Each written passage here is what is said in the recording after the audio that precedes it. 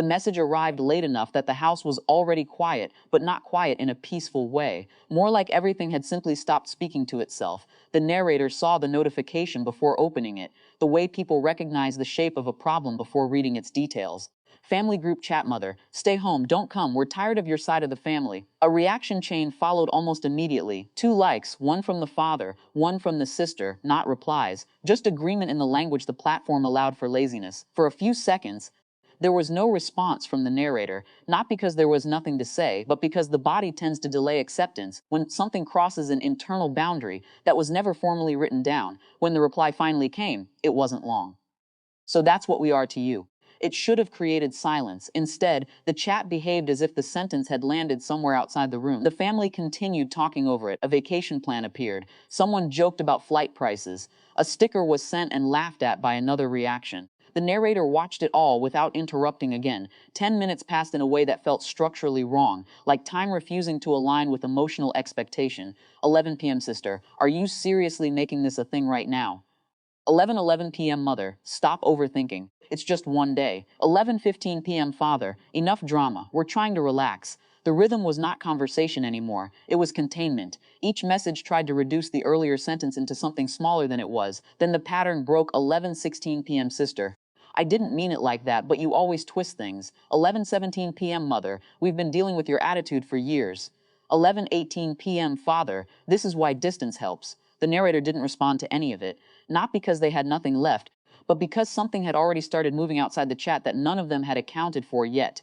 At 11:22 p.m., a new name appeared in the participant list.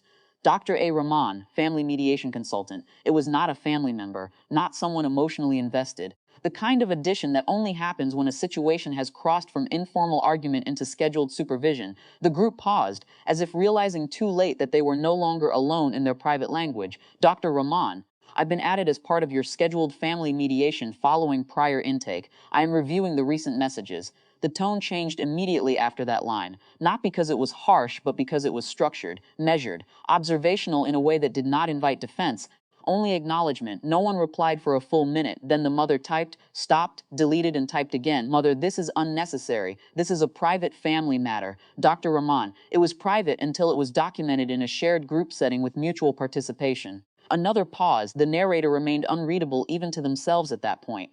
Not calm exactly, not satisfied, more like displaced from the emotional center of the situation they were once part of. Dr. Rahman continued, I want to be clear. The message sent at 10:58 p.m. contains exclusionary language directed at one participant, followed by collective affirmation through reaction behavior.